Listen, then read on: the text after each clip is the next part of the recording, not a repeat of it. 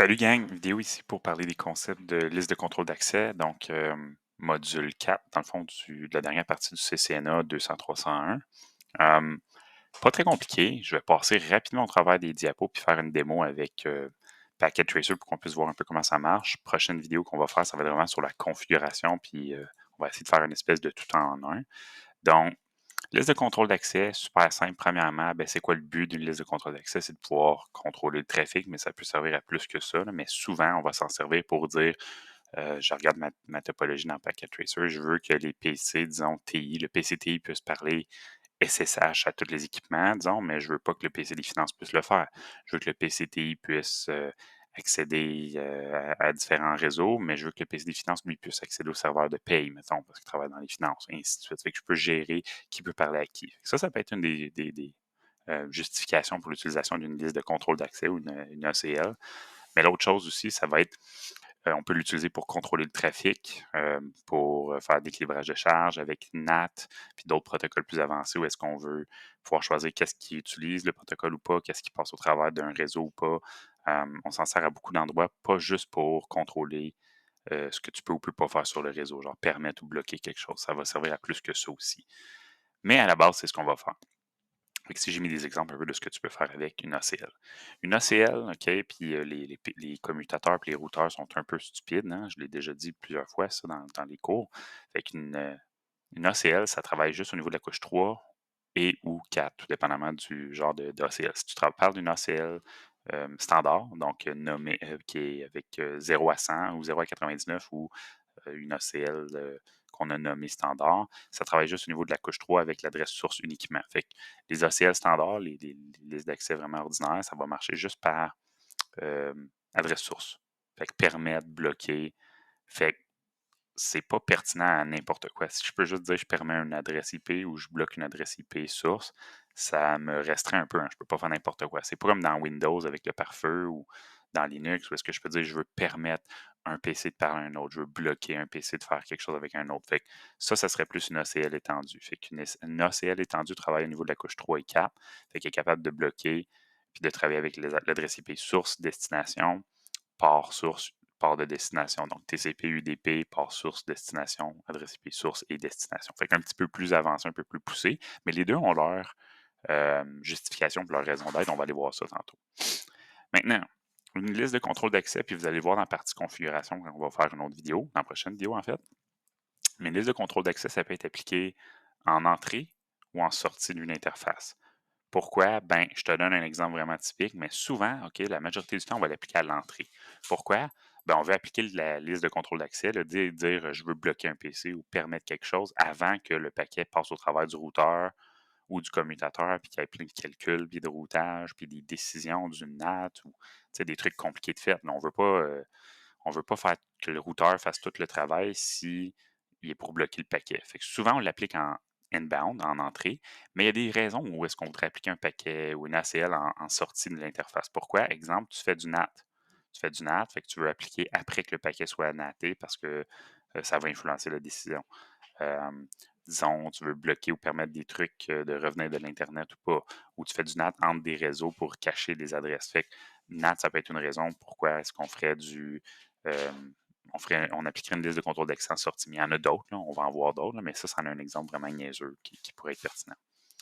Euh, Fait que naturellement, bon, ben, qu'est-ce qu'il fait le routeur? Il regarde quand il reçoit un paquet, il va aller décapsuler tout ça, hein, on a vu ça en réseau 1, puis il va aller voir l'entête de la couche 3 et 4, voir les adresses IP, les ports, puis il va pouvoir prendre ses décisions. Est-ce que je bloque ou est-ce que je permets? En gros, là, c'est pas mal ça. Les listes de contrôle d'accès utilisent le masque générique comme OSPF que tu as déjà vu. Fait que dans le fond, là, si tu regardes, si je veux permettre ou bloquer un réseau /24, ben, je vais faire 0.0.0.255. En fait, le masque générique ou le masque wildcard qu'on appelle, c'est tout ce qui est un zéro, c'est comme si on disait, il faut que ça soit correspondant, que ça soit pareil. Si c'est 255 ou s'il y a un chiffre, ben, il va prendre les bits hautes correspondants, puis il va dire ça, je peux l'ignorer, peu importe sa valeur. Fait que si je mets toutes des zéros, il faut que ça corresponde à 100%. Si je mets des 1, ou pas des 1, mais que je mets une valeur autre que 0, ben, ça va dire qu'il y a une partie de l'octet qui va être représentée ou qui va être ignorée. Fait que, comme on fait du OSPF, quand tu mets des zéros, tu es en train de dire qu'il faut que ça matche parfaitement. 0, 0, 0, 2, 5, 5. Les trois premiers octets, il faut que ce soit pareil. Le dernier, C'est comme la partie haute. Fait que c'est juste l'inverse du masque standard, OK? Si tu es mélangé avec ça. Fait que j'ai mis un exemple ou deux dans les notes de cours. Ceux qui sont étudiants avec moi, vous irez voir ça. Sinon, tu peux le voir sur NetAcad sans problème. Maintenant, euh, quand on fait des créations de listes de contrôle d'accès, OK? Puis c'est un des deux sujets que je voulais parler de rapidement. Ben, comme j'ai dit, on peut l'appliquer en entrée ou en sortie. Puis on peut appliquer des listes de contrôle d'accès IPv4 puis IPv6. Fait que techniquement, là, un routeur, sur un routeur, là, tu peux en appliquer en tabarouette des listes de contrôle d'accès. Tu peux appliquer une liste, une ACL en sortie IPv4, une ACL IPv4 en entrée, une ACL IPv6 en entrée, une ACL IPv6 en sortie. Fait que techniquement, sur chaque routeur ou sur chaque interface, tu peux appliquer 4 ACL. Tu fais tout ça dans la vraie vie, là, regarde-moi. On va-tu vraiment faire ça? Ça serait vraiment farfelu et stupide. OK? À moins d'une situation très particulière, là, 99% du temps, tu fais pas ça.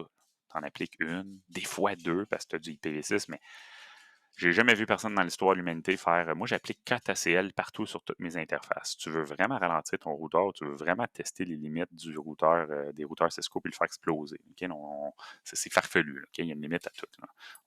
Mais techniquement ou théoriquement, c'est possible. Ça se fait. Là. Tu peux le faire dans Packet Tracer même, tu as le droit, mais c'est pas pertinent. OK? Des petites recommandations, naturellement, qu'on crée tes listes de contrôle d'accès en te conformant aux stratégies de ton entreprise. Fait que plus tard, si tu travailles pour une compagnie, puis qui font les listes de contrôle d'accès d'une certaine manière, puis ils ont une structure là, de la façon de bloquer les adresses, les réseaux, de les identifier, de le documenter. Il faut que tu respectes ça, sinon tout le monde va se mélanger. Écrivez ce que tu veux que ton ACL fasse, OK? Puis prends-le en note, puis documente-le, parce que sinon tu vas te mélanger, puis tu vas te perdre au travers des adresses IP, des permits, des denies, des trucs comme ça. Crée tes listes de contrôle d'accès dans un éditeur texte. Fait que tu peux les faire dans Notepad, genre, dans tes écrans dans Notepad, comme tu peux mettre une config, là. Puis après ça, ben, tu peux copier-coller, puis c'est plus facile. OK? Parce que ça peut être compliqué des listes de contrôle d'accès des fois. Puis, documente tes ACL avec la commande remark. Il y a une commande qui s'appelle remark que tu peux mettre une description de ce que chaque règle fait dans ton ACL. Comme ça, c'est plus facile, c'est plus intuitif. Puis, teste tes listes de contrôle d'accès. Fait que ça, là, c'est les recommandations de Cisco que j'ai prises de NetAcad, puis ils sont bonnes. Ça fait du sens. Il y a deux sortes de listes de contrôle d'accès maintenant. OK? On va regarder ça bien vite. Les listes de contrôle d'accès standard puis étendues. Standard, c'est des listes de contrôle d'accès qui marchent juste avec l'adresse source. Étendu, ben, ça marche avec l'adresse source, destination, puis les ports de la couche transport. Puis, les listes de contrôle d'accès peuvent être soit numérotées ou nommées. Fait que là, moi, dans le fond, là, je te le montre rapidement, là, puis je vais aller te montrer une démo de 4 SL que j'ai faite. Fait que liste de contrôle d'accès numérotée, ben 1 à 99 ou de 100 à 199 ou 2000 à 2199. Fait que 1 à 99 et 1300 à 999, ce sont des listes de contrôle d'accès standard. Fait que juste pour bloquer ou permettre par adresse source. Puis celles qui vont de 100 à 199 et 2000 à 2699, c'est des ACL étendus, donc adresse source, destination, port source, destination si tu le veux. Fait que logiquement, bon, ça, c'est les deux plages. Sinon, si tu fais une liste de contrôle d'accès nommée, ben, elle peut être standard ou étendue. As-tu besoin de savoir ça par cœur dans la vraie vie? Non, on s'en bat les. Tu peux devenir le reste de ce que je pense. Là. On s'en sac comme l'an 40. Là. C'est pas important. Puis même que tu vas voir que je te recommande pas d'utiliser des ACL numérotés, outre à certaines situations spécifiques. Prends des listes de contrôle ou crée des listes de contrôle d'accès nommées. C'est bien plus intuitif. Ça a un nom. Tu peux les chercher. Tu peux le documenter. Des chiffres, ça ne veut rien dire dans la vraie vie. OK? Des noms, des mots. Les humains, les chiffres, ça ne veut pas dire grand-chose. OK? Liste de contrôle d'accès nommée, ben, si tu veux nommer une liste de contrôle d'accès, tu vas faire IP Access List, puis là, tu vas dire Extended ou Standard pour si tu veux qu'elle soit standard ou étendue, puis tu lui donnes un nom. Puis après ça, ben, tu vas pouvoir être dans le mode de la configuration de l'ACL, puis tu vas mettre tes commandes permit, deny, tout ça. Et je vais aller vous le montrer tantôt. Où est-ce qu'on place les listes de contrôle d'accès? Fait la règle générale, OK, c'est la suivante, parce que tu pourrais créer des listes de contrôle d'accès à bien des endroits. Là. Mettons, je te donne un scénario, puis je te dis, hey, je veux que tu me permettes juste le PC1 dans l'image là, de parler SSH au routeur 1 ou au routeur 3. Où est-ce qu'on met ça? Proche. Est-ce qu'on le configure sur le routeur 1, 2, 3, ça switch, le PC? Bon, il faut que ça soit sur un des routeurs, là, mais où est-ce qu'on met ça? Normalement, la liste de contrôle d'accès étendue sont le plus près de la source possible et les listes de contrôle d'accès standard sont le plus près de la destination. Pourquoi? Ben, une liste de contrôle d'accès standard, ça marche juste par adresse source. Fait que tu peux pas mettre ça mettons que je veux permettre seulement le PC1 de pigner ou faire SSH ou faire quoi que ce soit à routeur 3. Si je fais une liste de contrôle d'accès standard et que je la configure sur routeur 1, ben, je peux juste faire permit ou deny l'adresse IP source.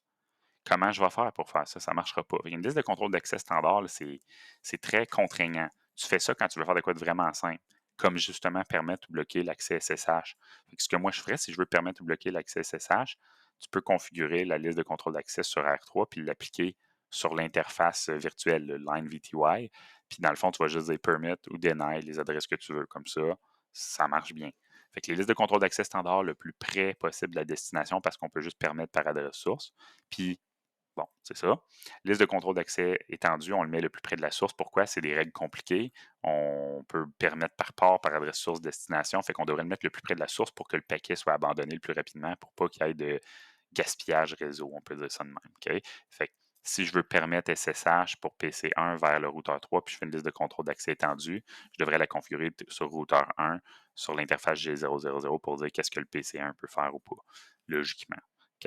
Est-ce que c'est obligatoire? Non, il y a des exceptions, puis il y a des justifications pour le faire différemment, mais c'est ça la règle générale.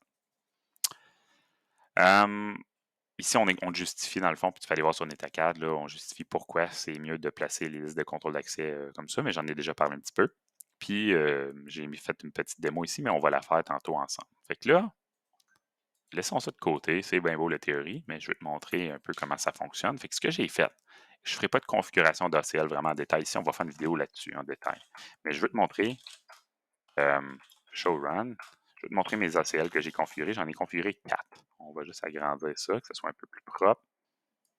OK. Fait que j'ai configuré l'Access List 1 ici pour permettre l'accès du PCTI à SSH. Fait que qu'est-ce que j'ai fait? J'ai dit Access List 1 permit 192.168.10.0 qui est le réseau où se situe le PC, le VLAN 10. Si tu regardes mon petit diagramme ici, VLAN 10, 192.168.10.1, puis 20.1, c'est le PC des finances. Fait que j'ai juste dit permit tout le réseau 192.168.10.0 avec 0.0.0.255. Puis j'ai fait un deny pour le PC des finances ou le sous-réseau où est-ce que le PC des finances est. Puis dans le fond, ben là, j'appliquerais la liste d'accès normalement sur les appareils réseau ou sur la switch ou sur les appareils où est-ce que je veux bloquer puis permettre SSH pour le VLAN de PCTI puis PC Finance. Fait que ça, c'en est un exemple. Okay? Tout ce qu'elle fait, c'est permettre le réseau PCTI bloqué PC Finance. J'ai fait la même affaire, mais avec une liste d'accès nommée standard. Fait que la première, ça, c'est une liste d'accès numérotée standard, fait que juste adresse source. Nommée standard, fait que juste adresse source, mais elle est nommée. Fait que tu vois IP Access List Standard SSH, je l'ai appelé SSH. Remark, j'ai mis une remarque comme dans la première. Permit le réseau, 192.168.10.0.0.0.255. Remark, je bloque finance, puis là, j'ai deny le réseau de finance. Fait que les deux listes d'accès sont pareilles. C'est quoi l'avantage de l'une et l'autre? Ben, je vais vous le montrer quand on va le configurer. Mais l'avantage, c'est que quand tu configures une liste d'accès nommée, qu'elle soit standard ou étendue, ben, tu vas tomber dans le mode de configuration de la liste d'accès. Fait que tu es comme dans un menu pour configurer tous les permits, les deniers. Je trouve ça plus intuitif que de faire Access List 1, Permit, Access List 1. Parce que tu le vois ici, il y a une indentation. Là. OK? Fait que tu es comme dans un menu. Je vais aller te le montrer. Puis ensuite de ça, j'ai fait une liste d'accès étendue. On va regarder la quatrième ici, une liste d'accès étendue numérotée. Fait que même principe que la première liste, OK? Fait qu'elle est numérotée. Fait que quand tu fais tes listes d'accès numérotées, tu fais juste access list, le numéro, puis après ça, tu spécifies les commandes que tu veux insérer, permit, deny, tout ça, remark. Puis, qu'est-ce que j'ai fait? Ben là, j'ai fait permit, TCP, j'ai mis le réseau. Fait que tu vois, la nouveauté ici, c'est que TCP, j'ai mis le protocole de la couche transport, la source, fait que le réseau source, 192.168.10.0.0.255. Puis la destination, j'ai mis le sous-réseau de management qui est pour l'accès SSH au commutateur puis routeur du réseau. Fait que 10.0.0.100/24, logiquement. Puis à la fin, j'ai rajouté EQ pour equal 22 pour le port. Fait que je permets TCP, ce réseau vers ce réseau, le port 22. Puis après ça, j'ai dit permit aussi vers 209.165.200.1 qui est le routeur en haut qui n'est pas dans le même réseau. Puis logiquement, très simple. Mais encore une fois, on a le même désavantage, c'est que c'est des lignes individuel qu'il faut que tu tapes et que tu te rappelles du numéro. C'est un peu plus long, je trouve, que d'aller dans le mode de configuration d'une ACL avec les ACL nommés. Puis Access List 100, ça veut rien dire, tandis que Access List, la prochaine, OK, qui est SSH, je l'ai appelé version 2 pour pas qu'on se mélange entre SSH et l'autre. Fait que IP Access List Extended SSH version 2. Puis là, ben, j'ai permis un réseau, permis l'autre. Fait que ça, c'est la différence entre Access List nommé versus Access List numéroté, standard versus étendu. Fait que si on le configure, puis en fait, je l'ai fait plus haut, fait que je vais te le montrer directement. Si je suis capable. Peut-être que je ne pourrais pas. Non, je ne pourrais pas. Ah oui, je vais pouvoir. Ben, en fait, ouais. Fait que tu vois ici, Access List 100. Là, tu vois, je fais Permit. Access List 100, Permit, TCP, bon, blablabla, Q22, puis je suis en mode config global. Après ça, je fais Access List 100, Permit encore. Access List 100. Fait que c'est long. Tandis que quand tu vas en mode de configuration, euh, quand tu fais une liste de contrôle d'accès qui est nommée, OK, on va en faire un autre, qui est conft. Puis on va aller, ben en fait, je vais aller voir c'est quoi qu'on avait configuré. Fait que moi, j'en avais une qui était SSH version 2 ou la seule nommée qui était pour PCTI Access. Fait que IP Access List Standard SSH, OK. IP Access List Standard SSH. Je suis encore dans la même ACL. Puis là, tu vois, je peux faire Permit. Là, ou je pourrais faire Deny. Je n'ai pas besoin de retaper IP Access List sans blablabla. C'est long. OK? Tandis que quand tu fais une liste de contrôle d'accès qui est numérotée, il faut que tu fasses une grosse ligne de commande comme ça à chaque fois. Access list 100, permit, access list 100, permit, access list 100, quelque chose. Fait que ça ressemble à ça, la différence entre les quatre. On va faire une vidéo sur la config. La seule dernière chose que je voulais vous dire avant qu'on se quitte pour cette vidéo-là, c'est les listes de contrôle d'accès par défaut. Si tu ne configures rien, disons que tu crées une liste de contrôle d'accès, mais tu n'as rien fait, tu n'as pas mis de permit, par défaut, une liste de contrôle d'accès deny ou bloque automatiquement. Fait que si je fais une liste de contrôle d'accès puis je permit rien, ben, par défaut, ça va bloquer tout. Donc, il y a un deny implicite, il y a un bloc implicite à la fin. Fait qu'il faut que tu y penses tout le temps quand tu fais des règles.